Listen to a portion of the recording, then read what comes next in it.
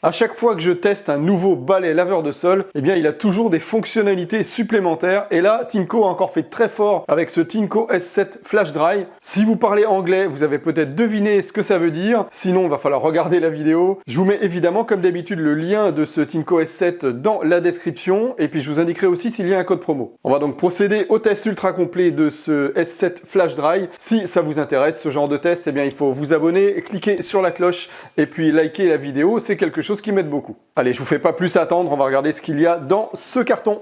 Voilà, j'ai tout sorti du carton, je vais commencer par vous présenter toutes les caractéristiques de ce S7 Flash Dry et surtout les nouvelles fonctionnalités. Ensuite, on procédera évidemment aux différents crash tests et je vous retrouve en fin de vidéo et je vous donnerai mon avis sur ce S7 Flash Dry. Sans surprise, on retrouve évidemment dans le carton le balai laveur. Le tube vient s'emboîter ici, c'est très simple à faire. Il y a un rouleau brosse ici, il y a un deuxième rouleau brosse de rechange. On a 500 ml de solution détergente Tinko, un deuxième filtre de rechange, l'autre est dans le réservoir, une brosse de nettoyage pour aller nettoyer le réservoir et le conduit d'aspiration. On a évidemment la station de base qui va lui permettre de se recharger et aussi de procéder à l'auto-nettoyage qu'on verra tout à l'heure. Et la nouveauté, et alors ça m'a laissé un peu perplexe quand j'ai ouvert le carton, c'est qu'on a ce nouveau capot qui est livré, un capot transparent. Alors la première chose que j'ai fait quand je l'ai reçu évidemment, c'est que j'ai positionné ce capot transparent. Donc je mets le S7 Flash Dry sur sa base et le capot transparent, je l'ai mis comme ça. Alors attention, s'il y a un YouTuber qui fait une vidéo test et qui vous met le capot comme ça, surtout vous vous désabonnez direct et vous passez à quelqu'un d'autre. Donc non, le capot ne se met pas comme ça et ce serait pas très pratique, on serait obligé d'enlever le capot à chaque fois qu'on veut prendre le balai aspirateur. Non, on le laisse ici. En fait, ce capot, il va venir se mettre au fond de la base, comme ça. On le clip ici au fond et il faut verrouiller le capot pour éviter qu'il se soulève quand on enlève le balai en poussant un petit peu ce loquet comme ça. Voilà, juste un petit peu de travers, juste pour le bloquer. Et donc maintenant, on peut remettre le balai laveur sur la base. J'ai dit balai aspirateur tout à l'heure, mais évidemment, c'est un balai laveur. Et donc maintenant ici, on a un système totalement hermétique autour de la brosse qui va éviter les projections d'eau et qui va aussi garder l'air chaud lors du séchage. Oui, j'ai bien dit séchage parce que Flash Dry, ça veut dire séchage rapide. Il va sécher la brosse après l'auto-nettoyage en 5 minutes chrono. Et on va regarder tout à l'heure si ça sèche vraiment dans le délai de 5 minutes, évidemment. Vous me connaissez évidemment que j'ai testé. Donc cette nouvelle base, elle va sécher à l'air chaud à 70 degrés. On essaiera de le mesurer tout à l'heure. C'est toujours très compliqué de mesurer des débits d'air et aussi de mesurer la température de l'eau parce qu'il va laver également le rouleau avec de l'eau chaude. Vous voyez les ouvertures qui sont là, il y a de l'air chaud qui va être pulsé lors de l'auto-nettoyage, ça va chauffer l'eau qui se trouve sur la brosse et ça va aussi permettre de sécher la brosse une fois que toute l'eau aura été réaspirée. Donc on a ici tout le long des ouvertures pour l'arrivée de l'air chaud. La plaque, évidemment, vous pourrez l'enlever de la manière inverse dont je vous ai montré pour l'installer, pour aller la rincer et la laver au robinet par exemple. Alors cette base, vous l'avez vu, elle est un petit peu différente de ce qu'on connaissait précédemment, et notamment, on a encore des choses en moins, et je l'avais dit dans une autre vidéo d'une autre marque, on ne sait pas où poser le rouleau de rechange, on n'a plus d'endroit où le mettre, et on n'a plus d'endroit non plus où mettre le filtre de rechange. Je ne sais pas pourquoi les constructeurs reviennent en arrière sur ce qu'ils avaient fait précédemment. Je trouvais ça bien de pouvoir poser ces accessoires quelque part, et là pour le coup, on ne sait plus trop où les poser. Donc c'est pareil, la brosse, on ne sait pas où la mettre. Alors l'astuce que j'ai trouvée, eh bien, c'est tout simplement de mettre la brosse ici comme ça, de prendre le goupillon, de le mettre au fond de la brosse, ça prend déjà beaucoup moins de place et au moins ça tient debout. Par contre ça, vous serez encore obligé de le poser à côté. Il n'y a pas d'autre moyen. Et c'est un petit peu dommage qu'on ait plus ces supports parce que c'est toujours bien d'avoir le filtre de rechange à proximité et à portée de main quand on a besoin de le permuter avec celui qui se trouve dans le réservoir. Si jamais il a été trempé lors du nettoyage précédent, que vous voulez continuer à nettoyer, hop, vous changez votre filtre, vous passez au deuxième filtre. Et là, on est embêté parce qu'on ne sait pas où le poser. Donc moi ça me dérange, je sais qu'il y en a certains parmi vous que ça dérange pas, dites-moi dans les commentaires ce que vous en pensez. À l'arrière de la base, on trouve le câble d'alimentation, il n'y a pas d'endroit pour l'enrouler, donc par contre, il faudra l'attacher comme ça si c'est trop long. J'ai oublié de vous le dire, mais évidemment, on a une notice multilangue qui est fournie. Elle est un petit peu succincte, il y a certaines informations qui manquent, mais si vous regardez la vidéo en entier, eh bien, vous saurez tout sur ce S7 Flash Dry. Le lavage du rouleau à l'eau chaude et le séchage à l'air chaud, c'est vraiment la nouveauté de ce S7 Flash Dry, et c'est ce qu'on attendait pour détruire les bactéries, évidemment, lors du lavage, et puis sécher rapidement la brosse pour éviter les moisissures et aussi les odeurs qui pourraient se dégager. Allez, on va regarder maintenant du côté du balai laveur, du côté du S7 Flash Dry. On a évidemment toujours le réservoir d'eau sale qui se trouve devant. Il a une capacité de 720 ml. Le système de séparation liquide-solide a été remplacé. On avait avant une petite passoire qui venait se mettre ici en haut du tube. Maintenant, c'est intégré dans le porte-filtre. Alors ça ressemble un petit peu à ce que vous avez dû voir sur une de mes dernières vidéos. Le filtre solide liquide, il est démontable. Vous allez pouvoir le retirer très simplement en tirant dessus comme ça. Et donc vous n'êtes pas obligé de l'utiliser. Vous allez le mettre si vous voulez séparer les éléments solides, les cheveux, etc., des éléments liquides. Mais par contre, si vous jetez tout dans les toilettes, mais ça, c'est pas la peine de le mettre, hein, ça va vous compliquer l'entretien et le rinçage du réservoir. Donc vous l'enlevez carrément et vous l'utilisez sans. Et puis évidemment, pour le remettre, il suffit de l'emboîter comme ça au fond. On a le filtre ici qui se trouve au-dessus. Comme d'habitude, pas de changement. On a toujours la petite grille de protection ici. Et puis toujours nos deux capteurs ici qui vont détecter la hauteur de l'eau et pour éviter justement un débordement et que l'eau remonte dans le moteur. À l'arrière, on retrouve comme d'habitude aussi le réservoir d'eau propre qu'on ouvre ici sur le côté. Et ça, c'est pratique, je le dis toujours, ça permet d'aller remplir le réservoir quand vous avez un robinet qui n'est pas très haut. Et vous allez pouvoir mettre dans ce réservoir de l'eau chaude jusqu'à 60 degrés. Alors vous me dites souvent que votre balai laveur de sol laisse des traces sur le sol. Il peut y avoir deux raisons. Soit vous mettez trop de produits détergents dans le réservoir, il faut en mettre juste un tout petit peu. Ou alors, soit vous utilisez de l'eau calcaire, de l'eau qui est trop dure. Et du coup, quand elle sèche, eh bien, vous avez tous ces résidus de calcaire qui viennent apparaître sur le sol. Donc si c'est le cas pour vous, eh bien, privilégiez plutôt de l'eau déminéralisée. Ou alors vous achetez un déshumidificateur d'air et vous récupérez l'eau pour la mettre dans ce réservoir. Et ce réservoir d'eau propre, il a une contenance de 850 ml. Et il tient debout, et ça j'aime bien le préciser, parce qu'il y en a certains où c'est pas trop le cas. Au niveau du bloc brosse, on a toujours notre capot amovible ici, et puis on a 5 LED ici, qui vont venir éclairer sur le devant de l'appareil. La diffusion de la lumière se fait à travers ces 5 orifices ici, et donc la lumière va arriver ici sur le devant du capot brosse. Ce capot brosse, il est nouveau, il n'était pas comme ça avant sur les autres séries de tous les Tinko que j'ai vus précédemment. C'est vraiment la première fois où la raclette n'est pas intégrée au capot, et ça je pense qu'on aura de meilleurs résultats à l'auto-nettoyage, on regardera ça tout à l'heure, parce qu'on n'a plus d'endroit où la saleté pourra rester coincée.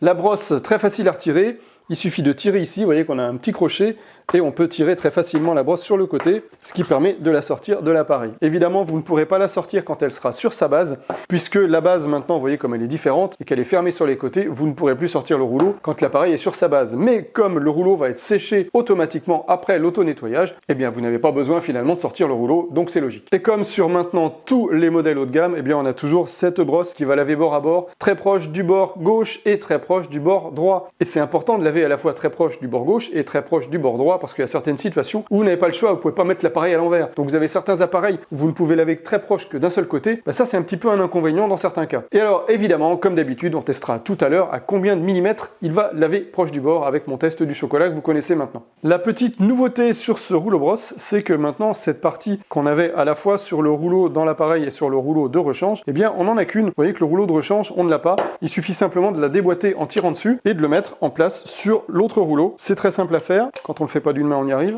Voilà. Et donc, ça évite quand vous avez votre brosse de rechange qui est posée, d'avoir ce truc-là qui est à côté et qui est un petit peu embêtant parce que des fois, ça vient à tomber parce que c'est un petit peu trop lourd. Surtout que maintenant, on n'a plus de support.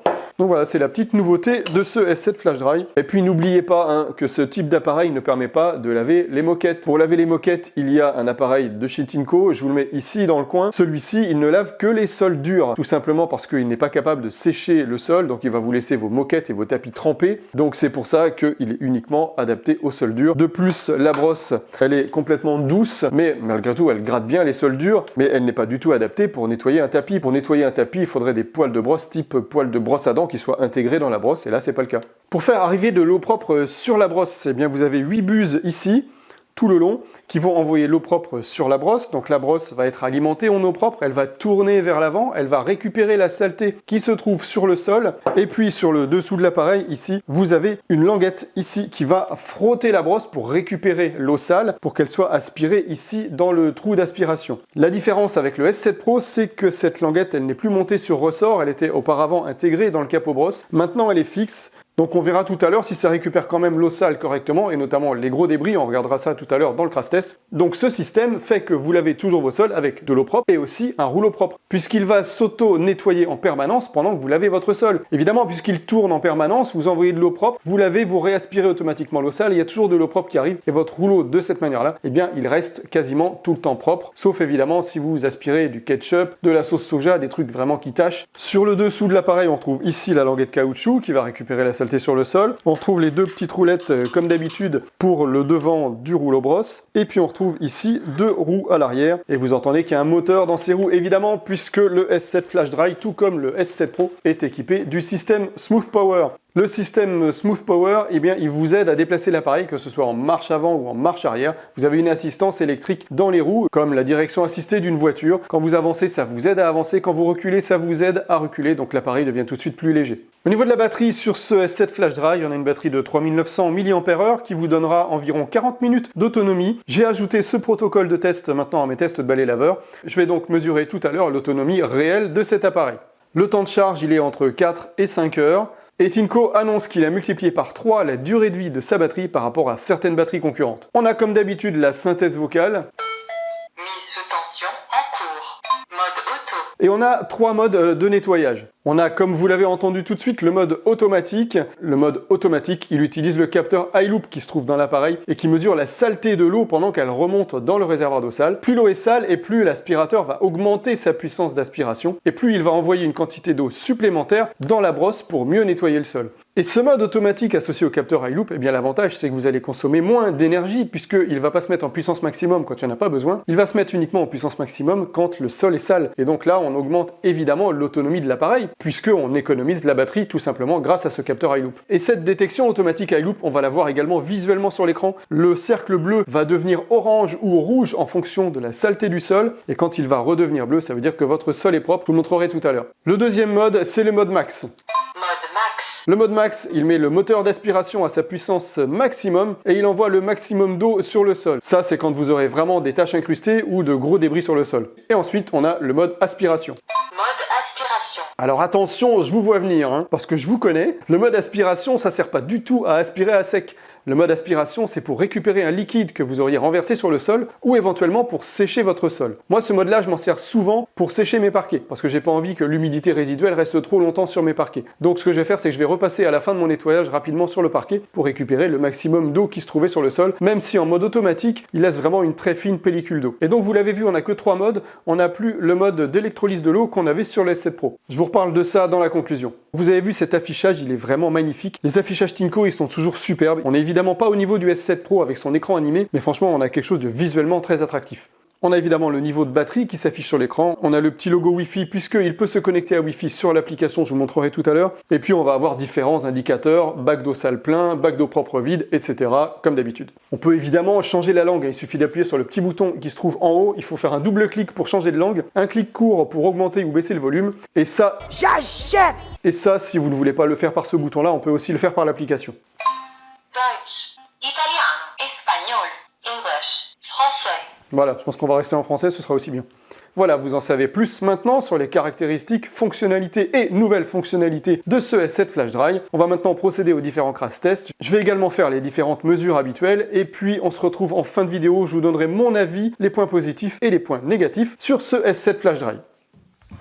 On commence tout de suite par un test sur parquet pour vous montrer qu'il laisse une fine pellicule d'eau très uniforme et donc ça va sécher très rapidement.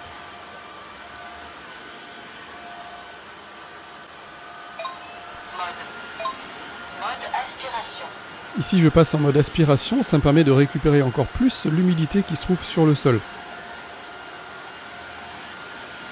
Dans ce genre d'endroit, il est très important d'avoir une brosse qui peut laver très proche du côté droit et du côté gauche en même temps, puisque là, on n'a pas d'autres possibilités. Et puis je vous montre également au passage l'efficacité de ce fard LED.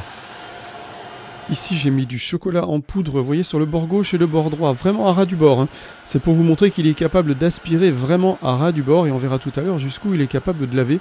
Et c'est là qu'il est important d'avoir une brosse qui va vraiment contre le bord gauche et contre le bord droit, parce que là, vous n'avez aucun moyen de retourner le laveur pour aller passer dans l'autre sens. Le crash test du chocolat me permet de voir si j'arrive à décaper des taches épaisses. Ici, avec ce mot Tinko, évidemment, j'ai fait sécher ça plusieurs jours. Et puis également ici, les taches sont sèches. Le but, c'est de voir jusqu'à combien de millimètres du mur je vais pouvoir nettoyer avec la brosse. Je vais faire le test en mode automatique. Mise sous tension en cours. Mode auto. Donc évidemment, je vais être obligé de passer plusieurs fois sur les taches épaisses pour déjà les humidifier. Vous voyez que ça commence déjà à partir.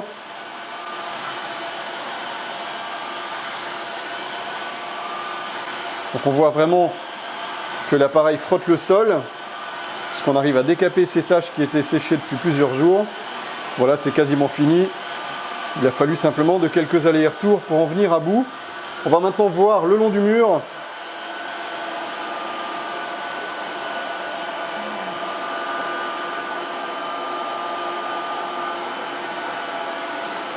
Ah voilà, au premier passage, on a déjà enlevé pratiquement l'intégralité du chocolat. J'en avais mis également dans le joint de carrelage ici. Donc là, pour ça, je vais m'arrêter un petit peu dans le joint de carrelage pour le nettoyer en profondeur. Et voilà, c'est parti, il n'y a plus rien. Alors, au long du mur, je vais passer encore 2-3 fois pour être sûr d'être bien passé à ras. Voilà, vous avez vu qu'on décape très facilement des tâches qui ont été séchées. Alors, je vais mesurer exactement à quelle distance du mur on a pu laver. Eh bien, on est à 7 mm exactement. 7 mm, c'est un excellent résultat. Et il faut savoir que j'ai aucun balai laveur de sol qui n'a pu laver à 0 mm du mur, malgré ce que certaines marques veulent nous faire croire. Alors pour ce crash test, j'ai des haricots verts, des coquillettes, de la confiture, du ketchup que j'ai mis dans le joint de carrelage, un œuf, je l'ai laissé avec sa coquille entière, on va voir s'il arrive à manger la coquille, et puis j'ai mis ici du liquide. Allez, c'est parti, je me mets en mode automatique. Mise sous tension en cours. Mode auto.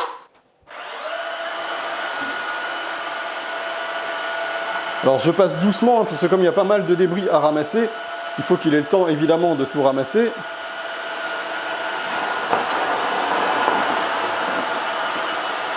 Voilà, vous voyez le résultat au premier passage déjà.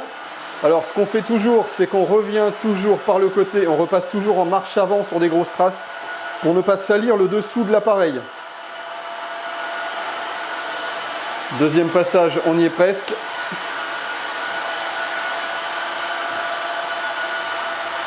Alors je vais... Troisième passage. Voilà, donc là, c'est complètement nettoyé. On va s'attaquer au liquide.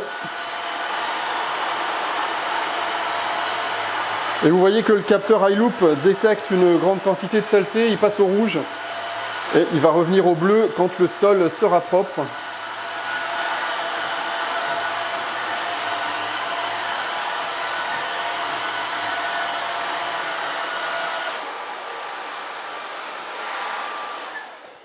Voilà, alors on va regarder l'état déjà de la brosse. Le capot brosse, il est quasi complètement propre, ça c'est bien. En fait, si vous voulez, la brosse se nettoie automatiquement pendant le nettoyage puisqu'il y a toujours de l'eau propre qui arrive sur la brosse. La brosse, à part quelques traces roses de ketchup, elle est également propre.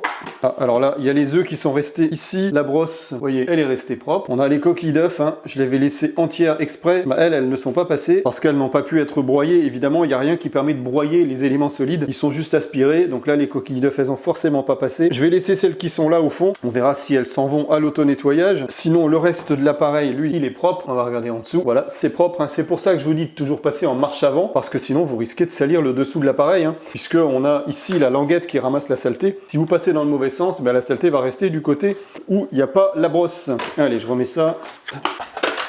Ensuite, on va regarder du côté du réservoir d'eau sale. Je vais vous montrer la récupération des éléments solides qui se fait ici. Voilà, on a tous les éléments solides qui sont récupérés ici dans la passoire. Donc ça, il suffit simplement d'aller les jeter à la poubelle. Et on va regarder ce qu'il reste dans le réservoir. Normalement, il doit me rester que du liquide. Je vous montre le fond du réservoir.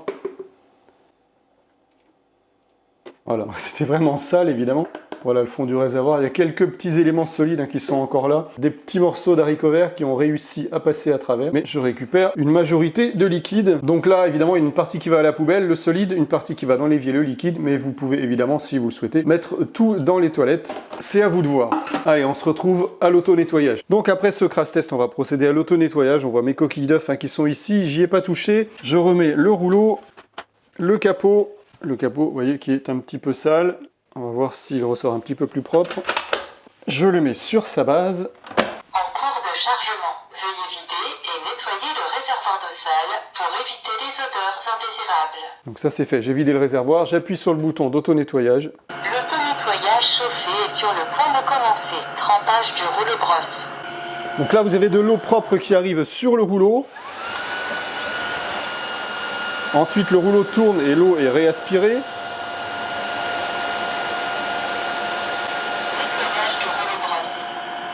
Donc là, le rouleau est frotté dans l'eau chaude, hein, puisque l'eau est chauffée dans la base. Nettoyez le tuyau.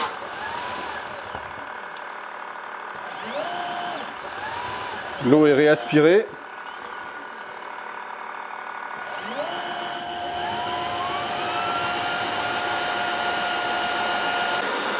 Et vous voyez que le rouleau maintenant, il tourne dans les deux sens. C'est la nouveauté chez Tinko.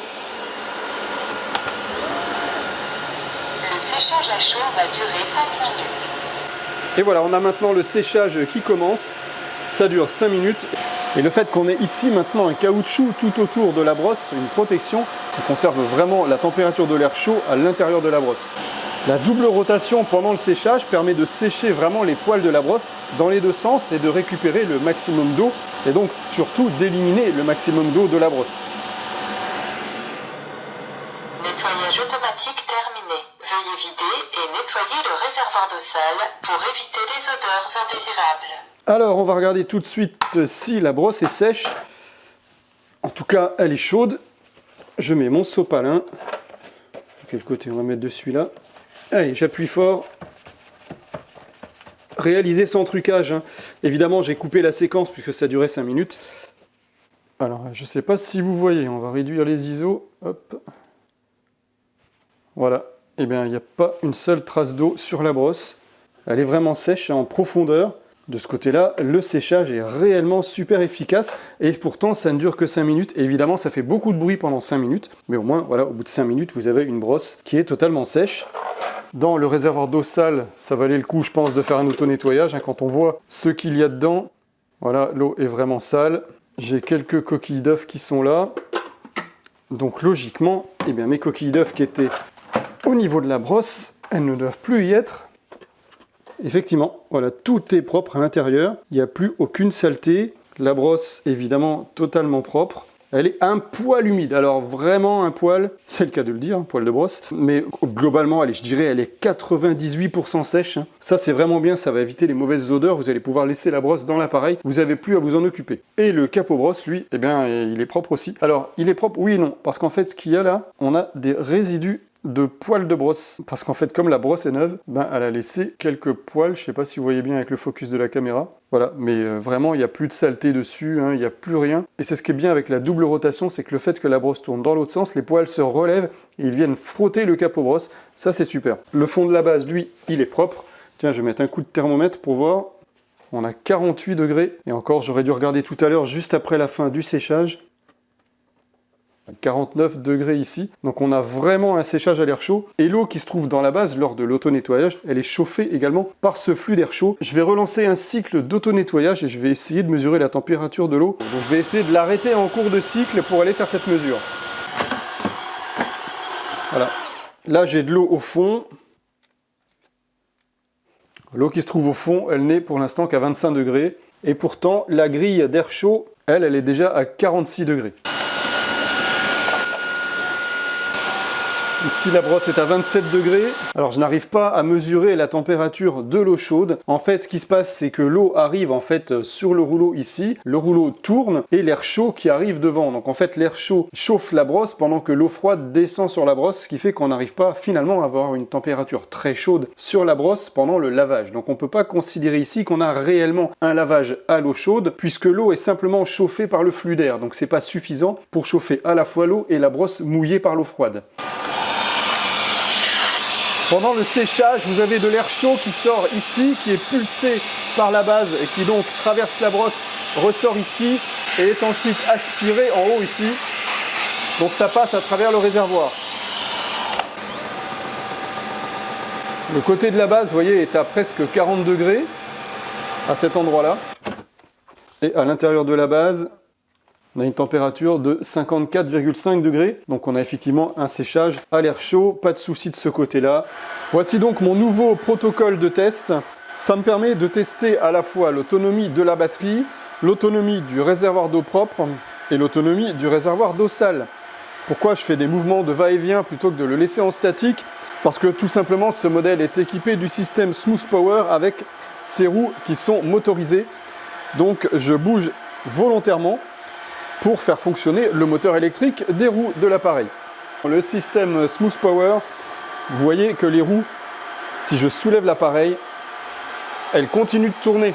Les roues entraînent l'appareil dans le sens que vous l'avez indiqué, soit en marche avant, soit en marche arrière. J'en profite pour vous montrer que grâce au système Smooth Power, c'est très facile de déplacer l'appareil simplement avec un doigt. Je n'ai aucun effort à fournir, que ce soit en marche avant ou en marche arrière. Je vous montre également l'inclinaison maximum de l'appareil. Voilà, ce qui va permettre de passer sous des tables, même des tables qui se trouveraient assez basses, vous allez pouvoir passer en dessous. Et pour ce test, je me suis mis en mode automatique. C'est le mode qui utilise le moins d'énergie puisque l'appareil ne va augmenter sa puissance d'aspiration que lorsqu'il y aura de gros débris sur le sol. Et là, comme je suis toujours au même endroit, eh bien, il reste en puissance minimum, donc je vais pouvoir mesurer l'autonomie maximum de la batterie.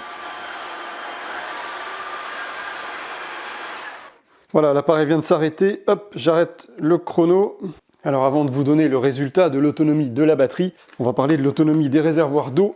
Parce que là, eh bien, le réservoir d'eau propre, je n'ai pas eu besoin de le remplir à nouveau. Il reste 2 cm, il n'est pas vide. Et pareil pour le réservoir d'eau sale, il n'est pas plein. Mais par contre, il est pas loin de son maximum. Le maximum est ici.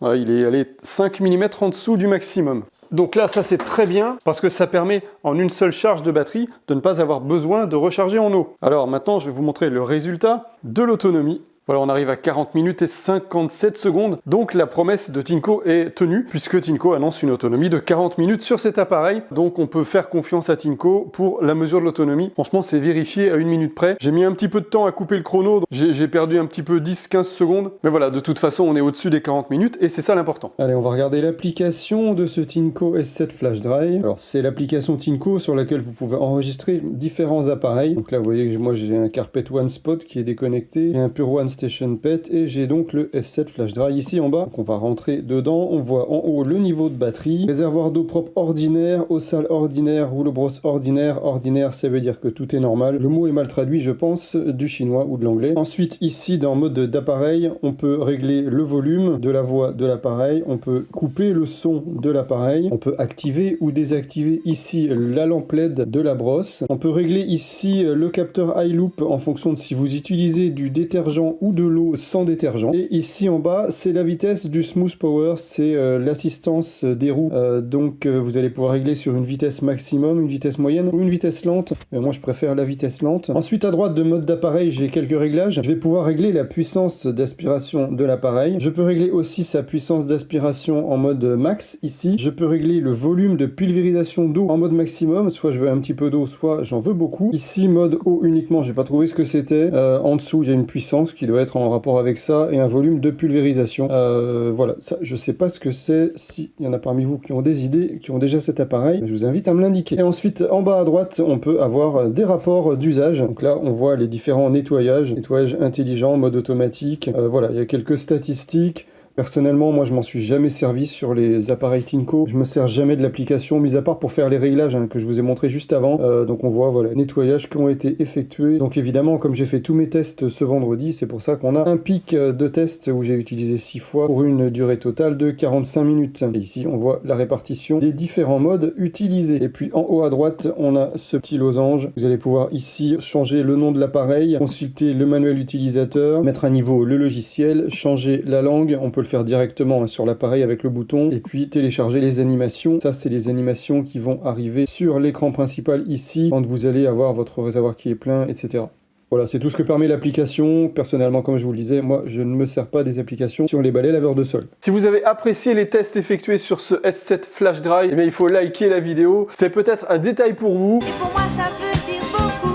Alors comme promis, je vais vous donner mon avis sur ce S7 Flash Dry. Tinko a encore sorti un excellent appareil, comme vous l'avez vu. Il nous manque quelques fonctionnalités du S7 Pro, à savoir l'écran animé, la raclette à pression constante montée sur ressort, et puis l'électrolyse de l'eau. Mais tout ça, c'est compensé par les nouvelles fonctionnalités, l'auto-nettoyage avec le séchage à l'air chaud et ce nouveau capot brosse qui est maintenant beaucoup moins salissant et donc plus facile d'entretien. Et tout ça, ça permet à Tinko de ne pas augmenter drastiquement le prix de cet appareil par rapport à celui du S7 Pro. Je vous mets le lien dans la description, comme ça vous allez voir le prix. Je n'indique jamais les prix dans les vidéos parce que vous le savez, ça change tout le temps. Et alors, on a toujours les incontournables des appareils haut de gamme de chez Tinko. On a le nettoyage bord à bord, le grand réservoir d'eau sale et d'eau propre, l'excellente autonomie de l'appareil, vous avez vu tout à l'heure, le phare LED, le détecteur de saleté iLoop, les modes de nettoyage automatique maximum et aspiration, c'est pour moi les 3 modes nécessaires et obligatoires sur un appareil, on les a ici. On a aussi le système Smooth Power, si vous savez pas ce que c'est, faut pas regarder la conclusion avant de regarder le test, alors là il faut revenir en arrière. Et puisque je parle du système Smooth Power, ça c'est vraiment bien, vous avez vu dans l'application qu'on peut régler la vitesse de ce système d'assistance. Les roues ont tendance parfois à glisser un petit peu sur le sol. Faut dire que chez moi j'ai un sol qui est vraiment brillant, très lisse, donc dès qu'il y a trop d'humidité ou trop de gras, eh bien les roues se mettent à patiner. Mais une fois que c'est nettoyé et que c'est dégraissé, eh bien là on commence à regagner du grip. Et puis le résultat de nettoyage, comme tous les appareils Tinko, il est parfait, il n'y a rien à dire, ça nettoie correctement le sol, ça laisse pas trop d'eau sur le sol, ça sèche rapidement, et vous avez vu que sur les bords, ça va quand même super proche. Et puis ça devient une habitude chez Tinko, cette poignée ergonomique pour le réservoir d'eau sale. Évidemment, elle est plus grosse, elle dépasse de l'appareil, mais alors qu'est-ce qu'on l'a bien en main, qu'est-ce qu'on le tient bien ce réservoir, à la fois pour le vider, pour le tenir, pour le déplacer. Franchement, j'adore, c'est pour moi mon appareil préféré à ce niveau-là. Et puis le séchage à l'air chaud en 5 minutes, je trouve ça génial, parce que la brosse, elle arrive en bout de 5 minutes à être quasiment totalement sèche. J'aimerais quand même qu'on ait une option pour choisir entre 5 ou 10 minutes, parce que personnellement, j'aime bien que ce soit ultra sec. Et là, pour moi, c'est pas ultra sec, même si c'est évidemment sec à 98%, 99%, reste un soupçon d'humidité que j'aimerais pouvoir retirer. Et on n'a pas de mode qui permet de uniquement sécher la brosse. On a uniquement l'auto-nettoyage complet avec lavage et séchage de la brosse. Et justement, on va parler du lavage. Il n'est pas réellement à l'eau chaude comme annoncé. On n'a sûrement pas une eau chaude à 70 degrés, puisque le seul moyen de chauffer l'eau, c'est l'air chaud qui sort ici sur le devant de la brosse pendant l'auto-nettoyage. Et l'auto-nettoyage de la brosse, avec l'arrivée de l'eau froide, le nettoyage de la brosse et la réaspiration de l'eau qui arrive quand même assez rapidement, l'eau n'a pas le temps de chauffer assez. Il faudrait que la brosse tourne plus longtemps dans son eau pour pouvoir être chauffée avant d'être réaspirée, et là c'est un petit peu trop rapide. Il n'en demeure pas moins que la brosse elle est nettoyée correctement, ça pose pas de problème, suivi du séchage à l'air chaud évidemment comme je vous l'ai dit. Petit détail, quand vous posez l'appareil sur la base, l'afficheur, il ne se retourne pas. C'est-à-dire que vous voyez toujours l'afficheur à l'envers quand vous regardez l'appareil face à vous comme ça. Vous voyez, là vous voyez EE, alors qu'en fait, eh bien c'est 33. Quand vous le mettez sur sa base pour qu'il se charge, j'aurais aimé que l'afficheur se retourne. Ce serait tout à fait possible, puisque c'est des afficheurs en bar LED. Donc voilà, je comprends pas pourquoi Tinko l'a pas fait, sachant qu'ils l'ont fait sur d'autres appareils. Ensuite, ce que je regrette et ce que je pense que je vais regretter de plus en plus, parce que j'ai l'impression que les constructeurs le laissent tomber, c'est les supports pour ranger les accessoires supplémentaires. On ne sait pas où poser nos accessoires, comme je vous l'ai indiqué en introduction. Et ça, c'est un petit peu embêtant, en tout cas à mon avis. Dites-moi ce que vous en pensez dans les commentaires. Vous savez que je lis tous les commentaires, que j'essaye de répondre à tous les commentaires. Et là, ça devient de plus en plus difficile, parce qu'il y en a de plus en plus. Donc ne le prenez pas mal si je mets juste un cœur, c'est que j'ai lu le commentaire, mais que j'ai pas vraiment quelque chose à répondre à ça. Et puis le dernier détail, c'est que la notice, comme je vous l'ai dit, elle est un peu succincte. Mais bon, si vous avez regardé l'intégralité de la vidéo, ce dont je ne doute pas, quoi qu'il y ait des petits malins qui vont quand même directement encore à la conclusion, mais bon, ça j'y peux rien. Voilà, dites-moi ce que vous pensez de cet appareil, et si vous n'avez pas vu la vidéo du test ultra complet du S7 Pro, je vous la mets ici, cliquez dessus, et puis on se retrouve là-bas tout de suite.